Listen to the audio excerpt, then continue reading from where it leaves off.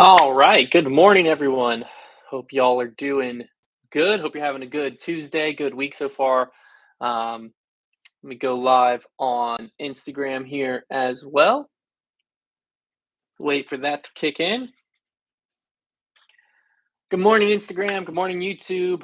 While we wait for some people to roll in here, going to give y'all a little update on some things hitting the site today. Well, this week. Obviously, behind the scenes of what's going on at Foundation. Then we'll answer some questions and all of that fun stuff. So, some disc releases that are happening this week. There is apparently some new elevation discs coming to the site. I don't know what molds they are. I don't know if they're new molds or just new plastics or what that is, but stay tuned for those. They're coming this week. We also have a Gateway and the Lone Star restock, which is exciting. It's been a while, especially since we had Gateway.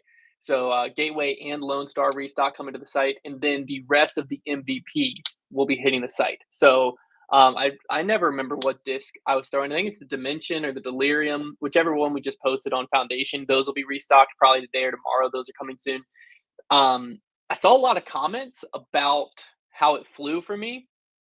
Um, it's a very controllable 14 speed. So I saw a lot of people commenting that theirs was like tilt like. I'm imagining that it must be something with this new run that makes it not tilt like because you'll see it in today's video. We played Maple Hill, which I'll talk about that in a second.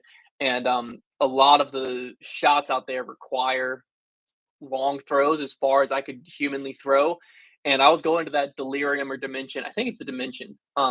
Whatever that 14 speed is, I was going to it nonstop, and like you can pump it on highs and it'll like flip up to flat. So I think that it must just be a new run of them that is flying different because I don't throw that much farther than your average disc golfer. So for people to say that for them it was like a PD2 or tilt level overstability, and for me it flips up, math ain't math in there. So I would check it out. If you've thrown them before and you watched me throw it and you thought I was just massive, probably not the case. Check out this new run. But that should be going up here in the next day or two. And then the rest of the MVP restock will be happening this week. And that should be, I think, all for this week. That'll wrap up May. June, we have a lot of really exciting stuff. But this past week, we had the opportunity to go play Maple Hill. I talked about our experience on Grip Lock yesterday. So if you haven't listened to that episode yet, I highly recommend it. We also have the video of us playing Golds alongside Simon coming out today. So that'll drop at 5 p.m. Eastern time tonight. So if you want to actually watch us experience Maple Hill, then that's the way to do it. That'll be today at 5 p.m. Eastern time. Super excited about that. I think a lot of people are going to really enjoy watching us play that course. And then over the next month or so, we have some more custom stamps coming. A lot of different custom stamps coming over the next month or so. And there's actually an exclusive custom stamp. We're giving our text deals subscribers a first look at some of the stamps we're going to be dropping for Worlds. So for the World Championships, we have 5 stamps we're dropping, one each day. 4 or 5. I don't remember if we're dropping one on Sunday or not, but 4 or 5 stamps that we're dropping each day here when Worlds is here in Lynchburg. And we're giving our text deal subscribers first look at that next week. So not the text deal goes out every Wednesday. So not this week, but next week. So if you're not a member of our text deal program, you're going to want to be. You can text the word join to 833-255-8270. So join to 833-255-8270. You'll actually get a welcome offer on the hats I'm rocking right now. And then from there, each Wednesday at 5 p.m. Eastern time, you'll get a text with some type of exclusive deal, some type of discount. Sometimes they're exclusive custom stamps, all kinds of cool stuff. And what's cool about it is once you set your account up on there, you just reply to buy. So like for instance, this custom stamp that's releasing next week exclusive to text deals, you'll get a text. It'll show you the picture of the stamp. It'll tell you what the pricing and everything is. And if you're like, that looks sick, I want one, you just reply with the number 1 and boom, it charges the card on file. It already has your shipping address on file. It's done. So you just text back 1, you're done. You're like, oh, I want 3. You text back 3, boom, you're done. The order's in. So really cool program, really cool technology that's available there.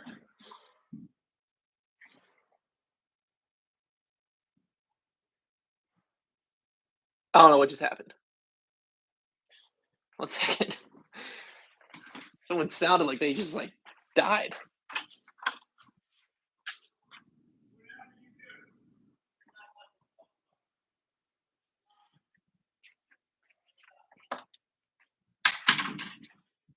Well, everyone here seemed fine. So I don't know. All I heard when I walked out there is some construction guy saying, "Whatever you do not touch this bleepity bleeper. It's live." So I think someone just got shocked, but wasn't in our unit. So that was fascinating. Um, we're also still looking into ways to make the shopping experience easier for y'all. I've been texting with Brad. I've been texting with Brad all day on the a few different ideas we have just on the like products page, just ways to just continue to make it easier and try to implement different feedback we have from you all. Um, and just, we really want to make the site as easy to shop as possible while still giving you all the information you need. So it's a very fine line to ride. So that's that's that. Oh, Corey had a good question for the textiles. Does it give you birdie coins? It's an outside software. I'll have to look into that for you, Corey. I'll make a note to text Jason. Brad, actually, Jason and Brad might both be watching. They typically are. I see Brad was already in the chat earlier, so they probably will already look into that for us. Um, so I don't know. We'll look into that. But okay, before we get into questions, I wanted to. Yesterday on the podcast on Grip Block, we talked about the Sakibomb General release, and it was like one of the most expensive stock releases. I'm calling it a stock release. It's a part of the Sakibomb line, which I understand is somewhat outside of general like dynamic disc stock, but it's still like to me, I have this Zeus, right?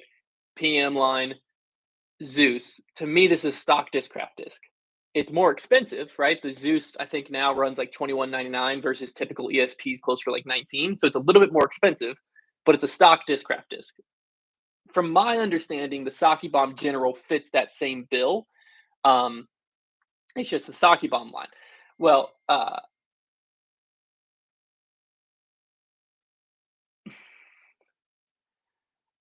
my wife just texted me, and I think you all will enjoy the text message that just came across. She said, "I heard Luca, which is my son's name, screaming in the living room. I ran in there to him with his diaper on the floor, peeing on our ottoman." That's parenthood there. Okay, locking back in. Gosh, oh, we just got that ottoman this summer too. It's like a part of a whole set with our couch. So hopefully that's. I mean, surely it's not ruined. You can get urine stains out. We've had to do it with our dogs. Just didn't ever expect to have to do it with kids, but hey, here we are. Okay, Sakibomb General. It dropped at $32.99. Right. That price point. It received some pushback. Ricky made an explanation post on Twitter, and more or less, his explanation was that he leaned into the disc was like designed to meet his exact specifications that he needed on tour, like that whole side. And I personally, right, the $32.99 price point, I don't think it would have been unreasonable had they marketed it differently. So what I wanted to tackle, because I like to use this coffee break as a way to kind of give you a behind the scenes look into what we have going on at Foundation, but I also enjoy using it to give my take on the business side of some stuff going on at disc golf. So what I thought would be fun here is this is how I would have tackled the Sakibomb General release from a marketing perspective personally. So in this fake world I'm about to enter into, the Sakibomb General had to be released at $32.99. Okay, so let's just say that had to, whether it be the cost, whether it be whatever, the people above me are telling me we have to market this disc. It's going to be released at $33. What are we doing? So what I would have done is the commercial they released was a very, very cool commercial, right? It was the Sakibomb. It was Ricky throwing the Sakibomb General. It hit the island on 16 next to the basket. It blew the basket up, whatever. Cool, right? But I think that was really cool marketing for a just stock disc. The problem is we're asking a really expensive price point here. So to me, I think all of the marketing needs to justify that price point. So what I would have done is I would have instead went kind of what they did with Supreme Plastic when that first dropped is I would have went into with Ricky in depth explaining like why he designed the disc this way, the different tweaks he made to maybe a different mold, or how he got there to make it fly exactly how he wanted it to, right? So like the whole process of Ricky, like, this is what I did to get this disc to fit my game specifically. This is the nitty gritty details of what I did. And then I'd also have him go into the plastic and tell us what makes this plastic different, because the one I would not have released it, whether it be just actually the exact same as Supreme, I wouldn't have released it under the same nomenclature personally, because I think that that is already telling us a preconceived idea of what this price should be, which Supreme plastic is the most premium plastic on the market. They did a great job marketing to us as to why that plastic charges what it charges, but it's like 25 bucks, right? So what is different between this Supreme plastic or Royal Grand and the Sakibomb General, which is like the Supreme Orbit plastic that they're charging $33 for, where you can find Supreme Orbit for like 27 on their site. So what increases that $5? So personally, I would have just abandoned that nomenclature, and I would have like released it in a Sakibomb plastic or something like that, right? To where Ricky can go in and tell us about the plastic. Like maybe Discmania did this, right? When they first dropped their new C line and they called it Italian blend. What were they feeding us? I don't know. Did it pique my interest? Absolutely. So like Ricky and them, they could have leaned into, maybe they sourced the plastic from a certain place. Maybe they used a certain type of TPU that's higher quality. They could at least told us that. Maybe they used an additive that increased grip on it or durability or whatever clickbaity type words they could have used to make you go, okay. Because like to me, the whole marketing would have been on basically what makes this disc better than everything else on the market. What, like, the amount of time, energy, effort that went into getting this disc to the point that it's at, and the like perfectionism and attention to detail behind it that could have all been there, right? Everything I'm saying could be true. But if you don't tell the audience that, then what we saw, right, as a consumer is just a disc in a plastic that already exists being sold to us for $5 more. So I think that's, to me, if you're going to have that higher end price point, there needs to be a story as to why. Because personally, and I could be completely wrong here, I think had they went that route where why Ricky's telling us why it was designed the way it was designed, why it flies the way it flies, what he needed in his game, what he needed in his bag, and then why does the disc feel this way? What he wanted out of this plastic, why he wanted it to be burst. Maybe burst is more overstable. I don't know. You can tell us whatever. You can fill us this whole list. So then when we see the price point, we have all of these reasons to validate you asking for that. Um, and then I think it would have made the price point go over a lot easier. I could be completely way off on that, but I think that was, like, the contention point that I was kinda seeing myself, and that I also think the general consumer was seeing was, like, we've seen Supreme plastic for months now. We've seen Royal Grand Orbit plastic, and this disc is just being asked more than the rest of it, and there's not really a good explanation as to why. On the back end, there has been, because Ricky's like, I designed it to do X, Y, and Z. That's great, but now the disc has already come out and people have already established how they feel about it. It's a lot harder to change our mind about it now than had it on the front end been like, this is why this disc is going to be this way. That would have helped us make up our mind, and then you don't have to change mind after.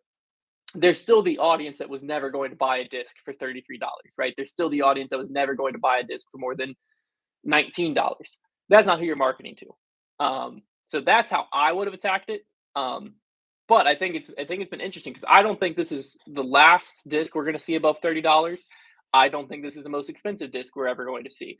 I really think there's going to be some type of uh, manufacturer, whether it be House of Discs or someone else, that leans into the most premium X, Y, and Z on the market. Maybe it's the way they mold it. Maybe it's that maybe they're hand mixing the plastic or whatever, right? There's specialty X, Y, and Z in all aspects of everything in the world, right? Like specialty coffee, specialty, you know, golf. You had PXG, which I think they've gotten cheaper, but they were like the top end, most expensive. And like, does it actually increase performance? Sometimes yes, sometimes no. But can you tell people it increases performance and give people reasons to believe it, and then they line up with the price? Yeah, so I think that should have been the marketing play here. But let's get into some questions here. I wanted to farther expand on that because I felt like this platform was a good spot to farther expand because grip lock we just kind of went back and forth and talked a little bit, and I was like, well, I feel like I didn't give a like this is what I would have done. I just kind of came after what was done, which I think is an important caveat to have there. So um, I paused on this question a long time ago from Dos Ramados. Do as Roman does. Wow. That's a tough look. Okay, do as Roman does. Said, what's the story with those Air Force Ones behind me? So he's talking about these back here. I think I've talked about them before, but basically, I believe it was 2019 Ledgestone, or no, it had to be after 2020 because Brody was with me. So maybe it was like 2021 Ledgestone or something. We went up and we dropped Jawbreaker Wasps and we sold them at Ledgestone. And someone came up and I wish I could remember her name. She came up and she had like Dark Claw custom shoes that she had hand painted, and she wanted Brody and I to sign them. So we did, and then I asked her, I was like, "Hey, if I bought a pair of Air Force Ones, would you like custom paint them for me?" And so I bought a pair of black and white Air Force Ones, shipped them to her, and then she painted the foundation logo and everything on them and added the like gold accents to it. And I've never worn them. They came in, they were just too sick. Plus they don't fully match my style. They're exactly what I wanted, but I just think they look better chilling up here. So that's where they've been ever since. I think they're just a really cool. I think they're a really cool like shelf piece, conversation item. I don't know.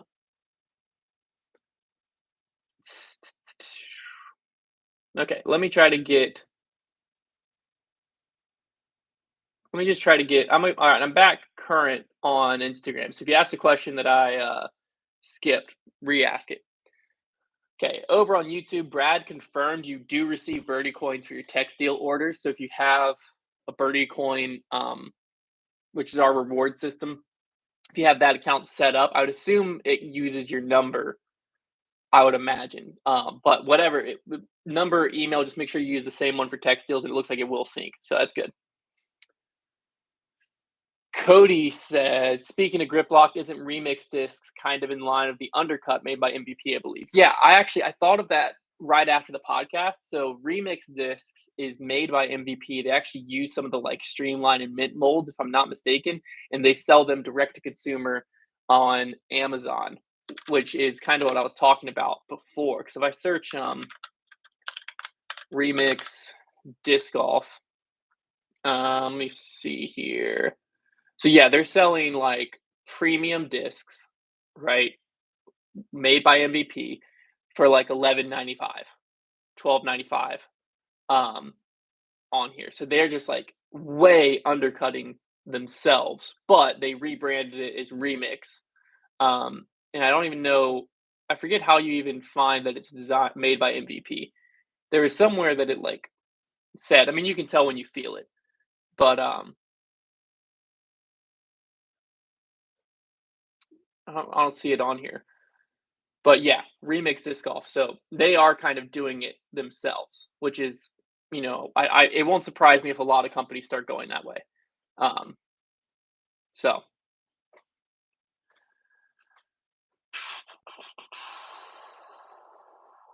let me. Um, Scott Cash says, should retailers take a stand and refuse to sell the disc? So this is talking about the Sakibomb General. I don't think so. I mean, at the end of the day, right? Um, the consumer is the one that controls the market because retailers are going to buy the disc, right? How many retailers buy, that's up to them. I don't know how many we bought. I could actually probably tell you. I would imagine we bought like 15 of them or something like that if I had to guess. But the difference between us buying, we'll just say we bought 15. I don't know what we bought. The difference between us buying 15 for our lifespan or us buying 250 is the consumer, right? Because if we buy 15 and they never sell, okay, we move through them and it takes 2 years or a year to move through the 15 because there's just like no demand, then why would we ever rebuy it, right? So there's that, but it's the consumer that's kind of determining how many the manufacturers sell because the manufacturer will make money right up front, right? They release a new disc, everyone and their mom that's a retailer is going to buy at least a certain amount. Some retailers are going to buy hundreds and hundreds, some are going to buy five, but they're going to sell a ton up front. The product and the marketing is what determines how many they sell 3 years from now if they're still selling them. So I don't think it's up to retailers. It's really up to consumers because if consumers don't buy it, well, then retailers aren't going to rebuy it. Um, and then retailers will also get weary of how many of that they're carrying in the future. So I don't necessarily think retailers should because the problem with that line is not all retailers will. And so if you have, five retailers over here that are like, you know what, we ain't doing it. We're not selling this disc. Well, then these five are. Then all the consumers who are interested in the disc that are normally shop from these five are just going to go shop at these five at the end of the day. Like if they want that disc, they're going to go find that disc. So I think it's really just up to the consumer at the end of the day.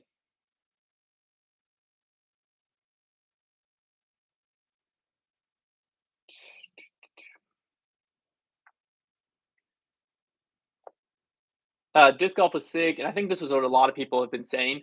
Is the price point of the general screams greed to me. A lot of disc golf companies seem to think the best way to increase profits is to reach deeper into pockets of loyal fans slash players.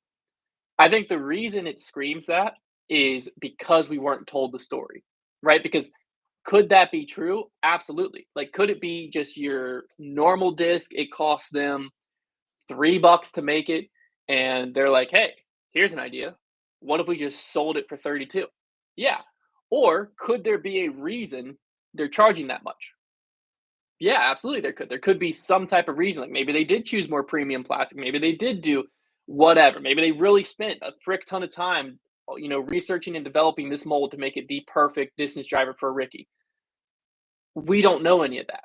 I think that's where the problem lies, right? Is if you told us that whole story and you told us and you got us to buy into why it costs so much, then it wouldn't scream greed to people because people would understand why it's being charged that much. Now, if you don't have a story to tell, then it is what it is, right? But that's to me where the marketing miss was is you're throwing something out there and leaving it to the consumer to make up their own mind on what the story is behind it instead of telling the story behind it and then the consumer has the story. So like they're not going to make anything up; they have it. Now, whether they believe the story or not, that's also in regards to the marketing. But yeah,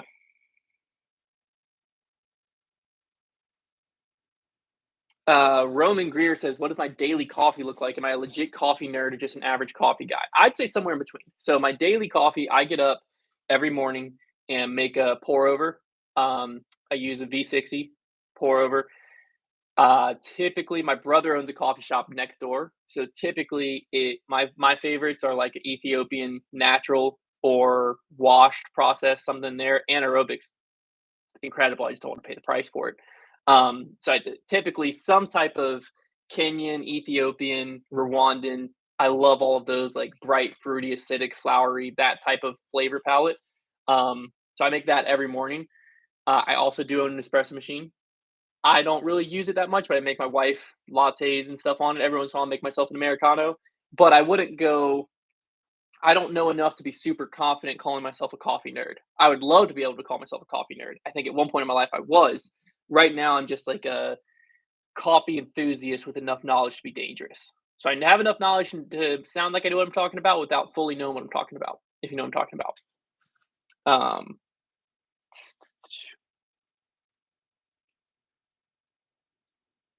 B Key said just ordered a grip lock hat. Thank you.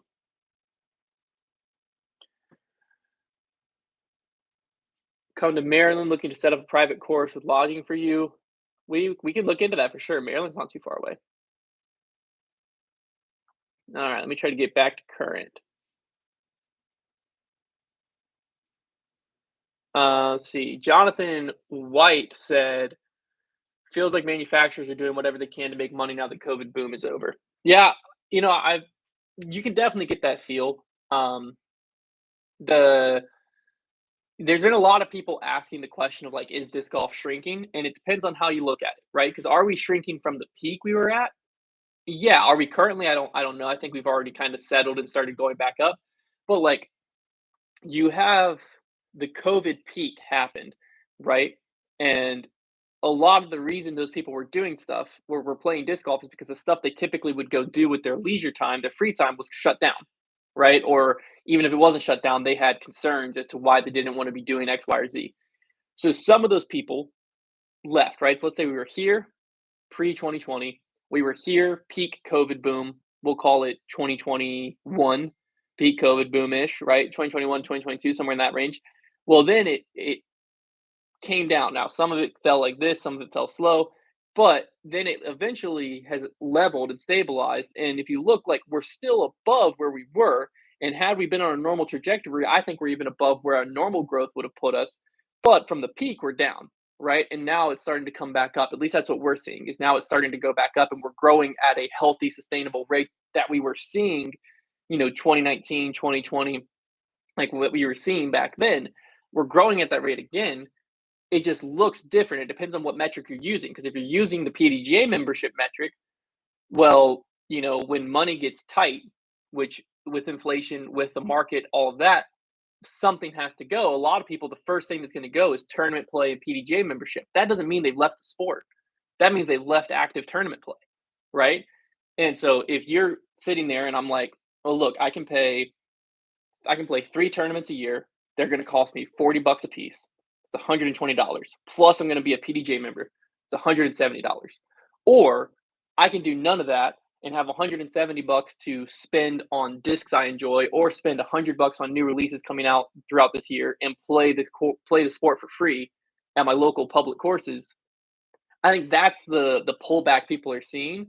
And the same thing is said for Pro Tour attendance, right? Viewership numbers, from what I've seen, are looking fine on the back end, like on Jomez coverage and the engagement with live disc golf on Twitter and social media. They don't release their live concurrent viewership numbers, so I don't know that. But that all seems normal. I mean, our podcasts that talk just explicitly about professional disc golf are still growing in popularity. Our YouTube videos exclusively about playing disc golf are still growing in popularity. And so, like, all the metrics we have to measure show that stuff's still going up. So then it's like, well, why is attendance at Pro Tours down? Well, that's discretionary spending, right? The whole sport is. So, like, if I'm a diehard fan and I've already been to a Pro Tour, I've already seen these players play, am I going to spend $150 to go watch them this weekend, 2 hours away? Because that's what a VIP pass might cost me.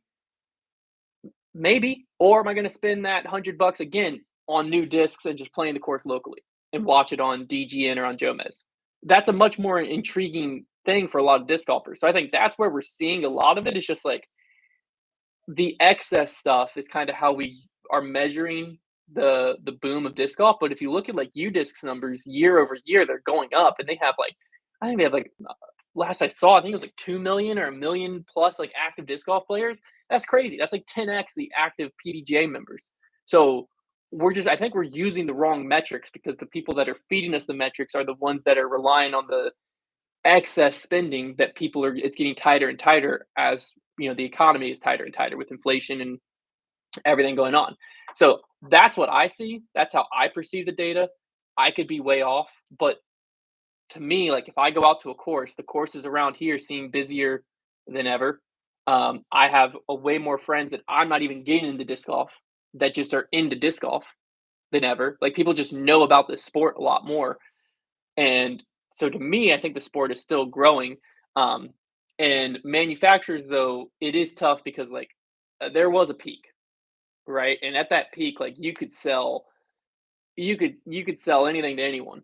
We're not there anymore. So now you have to get back to marketing, sales, and like why your product sets yourself apart.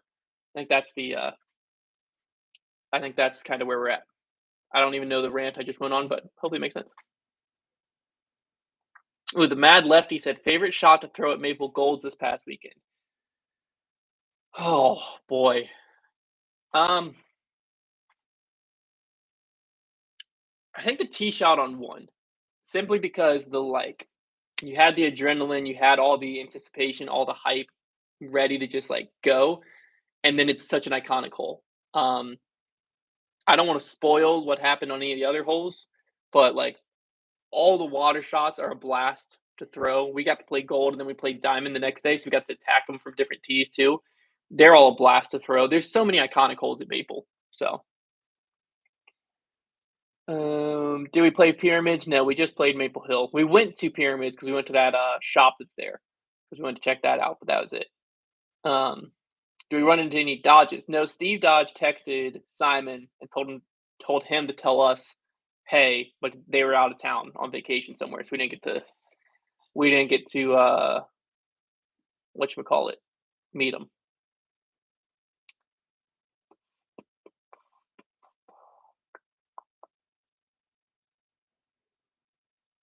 Ooh, would Trevor and I ever do a break series as doubles?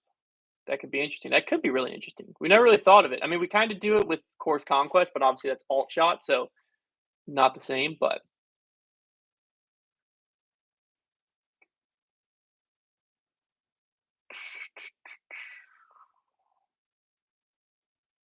wait, what did Carl ask first?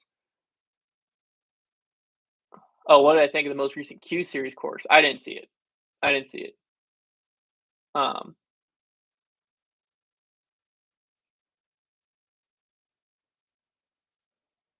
what are we doing about the lag on debate night? I don't know. I don't know. I wasn't on debate night last week. I'm not on debate night this week. I'm out of town next week, so you're gonna have like 3 weeks without me. Um, so I have no idea. I would imagine it sounded like last week's software, whatever we used, didn't work. So I'd imagine we're going back to what we were using, which just hates my Wi-Fi, but it really only hates my Wi-Fi. So if it works for everyone else, it's fine. Last week, yeah, last week we tried something new, trying to fix it for everyone, and in the testing, it seemed like it was working. But then I wasn't on, but I've been told that it basically broke our computer. So that's not happening again this week. Um, but yeah, do we plan to play Lake Marshall eventually? Yes. Ooh, here's a good question. Disc golf with Ron said, traveling to Worlds from Minnesota this year, what are the best pizza spots in Lynchburg? So, in my opinion, I think Rivermont Pizza is probably the best pizza here. Um, it's from the Worlds courses. It's probably like 25 minutes. It's just outside downtown Lynchburg. Really cool spot. Um, Sourdough Pizza is right next to where we used to be located. They're phenomenal. Waterstone's a little bit upper class pizza. It's really good. If you're looking for just like a good football pizza, then I think it's called JoJo's. They're like your classic, just everyone's gonna be happy with pizza. So I think that would be my list. That'd be my list.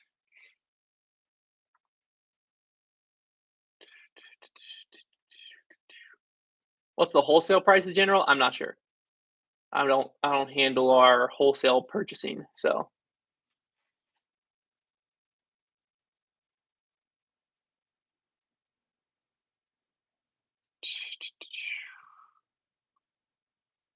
trying to get back to current.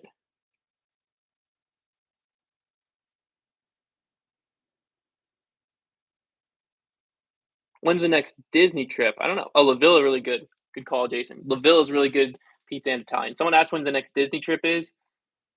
There's been talks about us going at the end of this year, like around Christmas time, because that's where my wife and I went for our honeymoon. And this last Disney trip, obviously, I ran the marathon. That was great. But then my son got sick. And it was just it sucked. The Disney part of it sucked. We didn't get to go to the park. We didn't like Luca didn't get to enjoy the trip at all, any of that. So we want to take him back so he can like while he's still our only son, our only kid, which we've got a while. But while Luca's our only kid, we definitely want to take him back to Disney so that he can like enjoy it. Because then once we have a second kid, it'll probably be a few until they're like 2 years old before we go back to Disney. So once we have a second kid, Luca's not gonna be able to go for a while. So we want to take him back at some point so he can actually enjoy it. Since the last trip he didn't get to enjoy it. So maybe the end of this year. I don't know. I don't know. Okay, let's see.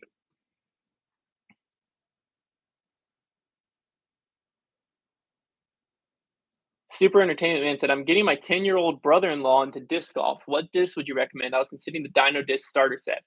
The Dino Disc is a good option. They're all going to be like 120 grams. 10 years old is a really tough age because some people at 10 are going to be just fine throwing.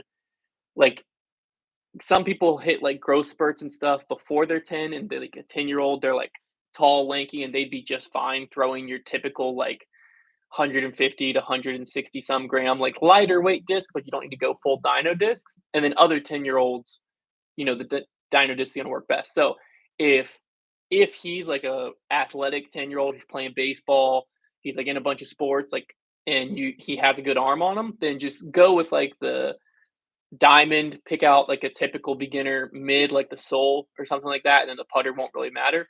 If he isn't, if you like either just use your discretion. The dyno disc I think is going to work just fine. They're super lightweight. They're going to fly really easily. I don't think that's a bad option at all. 10's just that age where it's like some kids at 10 are like throwing like you can have a 10-year-old that's throwing like 250 feet, and then you can have a 10-year-old that can throw it like 70 feet. Like 10's just such a tough age. So I would just use your discretion. You know him. You know what he can use. The Mad Lefty said, "What's the reasoning behind switching putters every year? It's fun." Basically it. Because I like it because like the audience gets involved and then it becomes a whole like running bit. It's easier than like the other thing too is it gets us to switch putters because like I would never switch from the PA3. So I would just always have a PA3 in my bag, which I do. I throw it, but like I would just always putt with them. So it's a fun way to like let the audience kind of have some say in my bag and then um, you know, switch it up.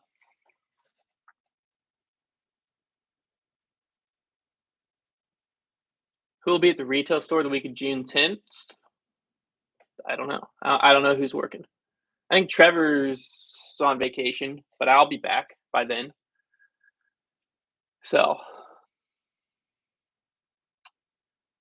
Michael Bidwell said, if I ever played with someone on TRT or HRT, I'm 3 months on HRT, and it's truly astonishing how changing hormones have changed how much power or spin I can put on a disc. I have not. Well, I say I have not. I have not that I know of. Um, so I don't know.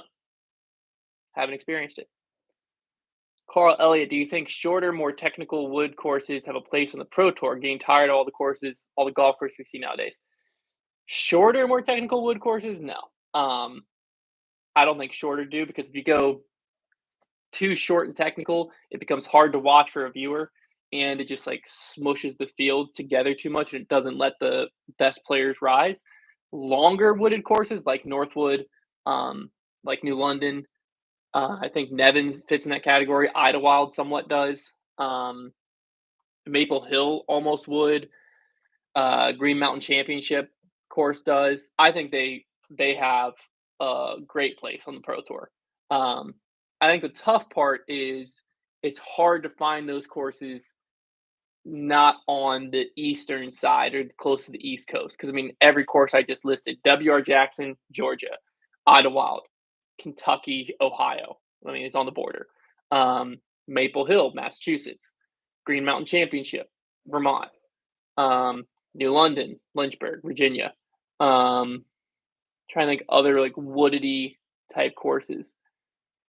Like it's just a very East Coast golf, the like long wooded courses. So that's I think where the tougher part comes in is like once you go Midwest to West, you lose access to a lot of those types of courses. There's a whole different style of golf out there, but for the Pro Tour to be able to have the distance, a lot of times the easiest place to go is a golf course, which sucks. Sometimes sucks. Sometimes it's great. The best golf courses that have disc golf courses are the ones you don't realize you're on a golf course.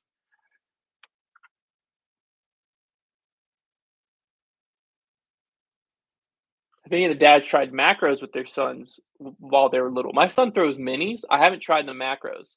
Um, not a bad idea though. So I have a favorite basket design slash tee pad type. My favorite baskets are the Innova disc catchers. Is that what they're called? Because what's the Discraft one called? Chain Star. So yeah, the Innova disc catchers. And then tee pad type, I like concrete. I like a brushed concrete. Never had trouble with those. Tim said, looking to possibly switch up my putter from a Rainmaker to a putter with more glide, but still beadless. Any recommendations? The Roach or Luna would have more glide and is beadless. Not gonna be as overstable as Rainmaker though. The AVR, the classic AVR, that's a great option. Um, I think the Logic, if I'm not no, the Logic's beaded. What's the beadless one? I don't remember the beadless one.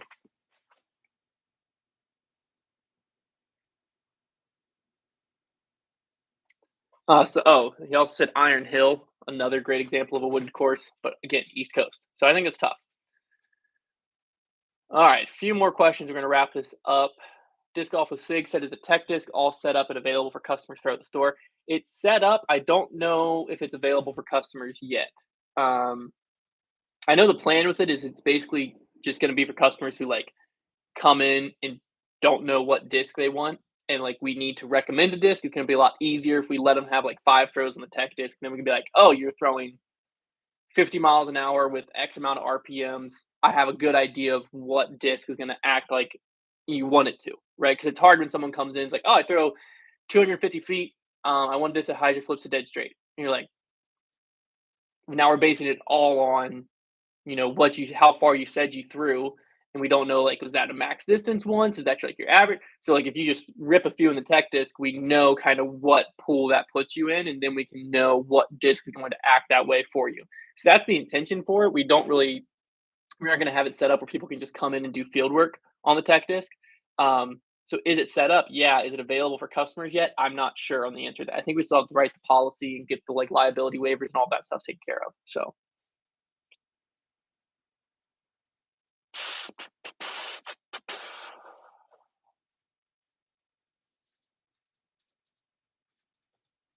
Carl Elliott said, "Would you guys ever come back out west? Saw you guys did Twin Furs when you, Trevor, and Connor were out here last year. Missed some great courses here in Washington. Yeah, I think the we aren't going to do a tour again. Like we're not going to go because last year we did like a 2 week road trip West Coast tour and we filmed 20 some pieces of content. We're not doing that again. But our plan now is we like had people vote on where our next Bogey Bro battle is, right? And so I think our plan is more trips like that and the trip we just made to Maple Hill where we can fly out one morning, film some content that afternoon, and the next morning fly home. If we're going to the West Coast, we'd probably be like a fly out on a Wednesday, film content all day Thursday, fly home Friday, something like that. So that way it's a much quicker trip. Our wives and families back home don't have to be, alone to take care of the kids for more than like a night or two. 2 weeks was just way too much, but that's kind of like if you're going from the East Coast all the way to the West Coast, that just made the most sense for us, we thought. But now I think we're just going to kind of tackle little trips here and there. So will we come back to the West Coast eventually? Yes. Will it be this year? I don't know. A lot of that depends on how people vote. So, all right, we're gonna wrap it up. One more question from each, if we have them. Logic's the beadless one. That's the one I was thinking of. Um,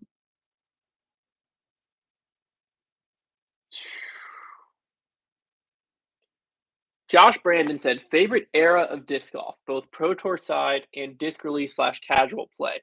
So I didn't start playing disc golf or find out about disc golf. Like I knew about it, but I didn't really start playing it until 2015. Um, so it's hard not to romanticize your like first time watching professional disc golf, right? But if I have to just be objective, I genuinely think this era that we're in right now is the best on the pro side because you don't know week in and week out who's going to get hot. And there's a bunch of players that like there's legitimately probably 10 players that could win when they show up every event. There might even be more than that. I mean, Presnell wouldn't have been on my 10 players who could win probably list. I wouldn't have thought.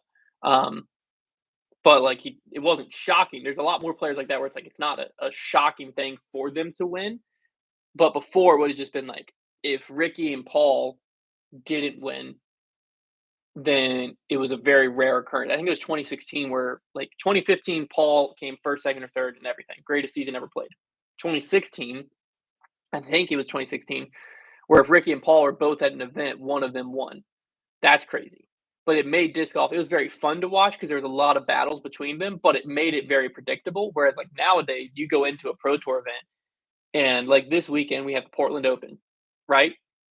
I mean, Isaac Robinson, I don't know if all these players are playing, but Isaac could win, Eagle could win, Calvin could win, Gannon could win, AB could win, Ricky could win. Um, Beyond that, you could have someone like Double G pop off and win. You could have a Drew Gibson get back in contention. You could have, I mean, any type of like far thrower could do really well out there. Paul has been playing increasingly better as the year goes on. He could do something out there. I'm sure I'm missing a bunch of players. Ezra Robinson, Alden Harris. I don't know if Alden would do great out here. Watch, now he's going to win. Now I said that, but like that's a really exciting thing where week in and week out we have so many players that can get in contention. So I think this is my favorite era, pro tour side.